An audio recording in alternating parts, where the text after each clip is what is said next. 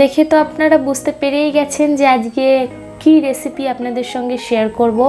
তো ইলিশ আর চিংড়ির মধ্যে একটা কম্পিটিশান রয়েই গেছে, যার যার ব্যক্তিগত পছন্দটা সেটা সম্পূর্ণ আলাদা একটা ব্যাপার, কিন্তু আমাদের কাছ থেকে সবসময় ইলিশটা এগিয়ে। আর আমার কর্তামশাই তো মানে উনি সবসময় বলে এটা হচ্ছে মাছের রানী। তো ভীষণ ভালো তো অবশ্যই খেতে, কিন্তু ইলিশ মাছের নিজস্ব একটা স্বাদ এবং গন্ধ আছে, যার কারণে এতে খুব বেশি পরিমাণে মশলা দিলে রেসিপিটা ভালো হবে না। যত কম মশলা তত মাছের স্বাদটা বুঝতে পারা যাবে। তো উনি তো খেয়ে বলেছিল দারুণ হয়েছে। তো চলুন রেসিপিটা আপনাদের দেখিয়ে দিই। এখানে 5 পিস আমি ইলিশ মাছ নিয়েছিলাম। ইলিশ মাছ মোটামুটি আঁশ ছাড়িয়ে গোটা একবার ধুয়ে নিলে আর কাটার পরে আবার ভালো করে একবার ধুয়ে নিলেই হয়ে যাবে। বেশি অত ময়লা থাকে না, অত ধোয়ার কোনো প্রয়োজন নেই।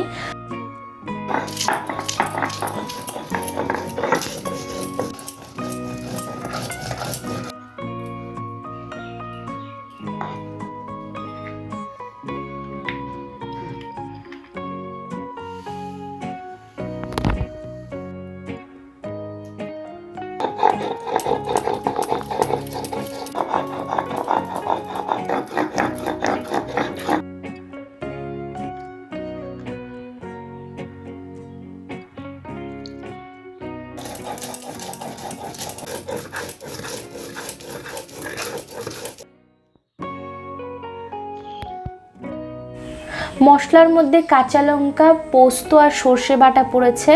তার মধ্যে স্বাদ অনুযায়ী লবণ, হলুদ, সামান্য পরিমাণে চিনি, আর প্রধান যে উপকরণ সেটা হচ্ছে কাঁচা সর্ষের তেল আর একটু মশলার বাটি ধোয়া জল দিয়ে সব মশলাগুলো হাতের সাহায্যে ভালো করে মেখে নেব।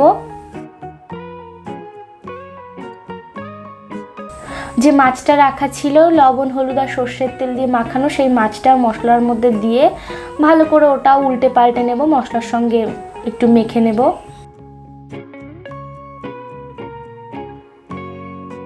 মোটামুটি এই মশলাটা আমি মেখে 15 মিনিট মতো রেখে দিয়েছিলাম। আপনারাও চাইলে রেখে দেওয়ার চেষ্টা করবেন।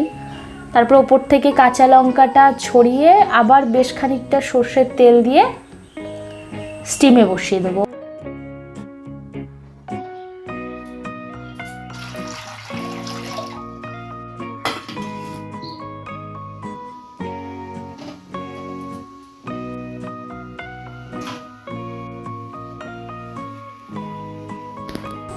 এটা নামিয়ে বেশ একটু ঠান্ডা করে নিয়েছি। ঢাকনাটা খোলার সঙ্গে সঙ্গে একটা সর্ষের পোস্ত আর সর্ষের তেলের একটা ঝাঁঝালো যা গন্ধ বেরোলো না, বলতে বলতে আমার মুখে জল চলে আসছে। যারা ইলিশ মাছ ভালোবাসেন তারা অবশ্যই ভিডিওটাতে একটা লাইক করে দেবেন।